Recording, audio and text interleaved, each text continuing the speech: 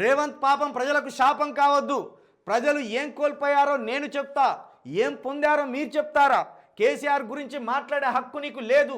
తప్పు ఒప్పుకొని క్షమాపణలు చెప్పు. ఇచ్చిన మాట ప్రకారం రుణమాఫీ చేయండి. ముఖ్యమంత్రిపై హరీష్ రావు ఆగ్రహం. నిజమే కదా?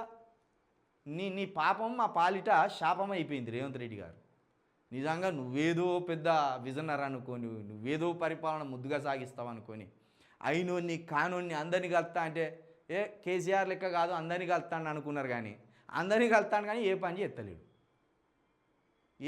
చేస్తలేడు. మొన్న ఆయన మన ప్రకాష్ గారు ఒక మంచి మాట అన్నాడు. కేసీఆర్కు అహం ఉంటే నీకేంది, కేసీఆర్కు బలుపు ఉంటే నీకేంది, కేసీఆర్ దురుసుగా మాట్లాడితే నీకేంది, కేసీఆర్ ఇస్తామన్న పథకాలు ఇచ్చిండా లేదా, కేసీఆర్ పాలనను సక్రమంగా చేసిండా లేదా అనేది ఒక మంచి మాట చెప్పిండు. నిజమే. కాకపోతే మన తెలంగాణ ప్రజల నేచర్ ఏంటంటే ఎవడన్నా భుజం మీద చేయిస్తే నావాడు అనుకుంటాడు, భుజం మీద చేయిస్తే నావాడు అనుకుంటాడు, భుజం మీద చేసి డొక్కల కత్తి దింపేదాకా తెలియదు. కేసీఆర్ ఏమో భుజం మీద చేయకుండానే నా వాళ్ళంతా మంచిగా ఉండాలి, నా రాష్ట్రం మంచిగా ఉండాలి, ప్రపంచంలోనే ఈ రాష్ట్రాన్ని ఓ నెంబర్ 1 సిటీగా నిలబెట్టాలని కేసీఆర్ అనుకున్నాడు. ఇట్లా ముద్దు మాటలు, చిలిపి మాటలు మాట్లాడలేదు, భుజాల మీద చేసి రుద్దుకుంటా పూసుకుంటా తిరగలేదు. గదే మన ప్రజలకు నచ్చలేదు.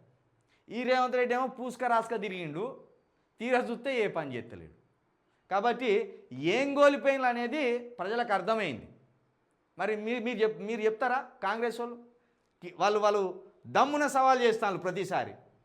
ప్రజలు ఏం కోల్పోయినో మేము చెప్తాం, ప్రజలకు మీరు ఏం చేస్తున్నారో చెప్పే దమ్ము ఉన్నదా అంటాను. చెప్పే దమ్ము ఎవరికి లేదు. అంత స్టఫే లేదు ఎవరి దగ్గర, కాంగ్రెస్లో ఉన్న వాళ్ళ దగ్గర అంత స్టఫే లేదు.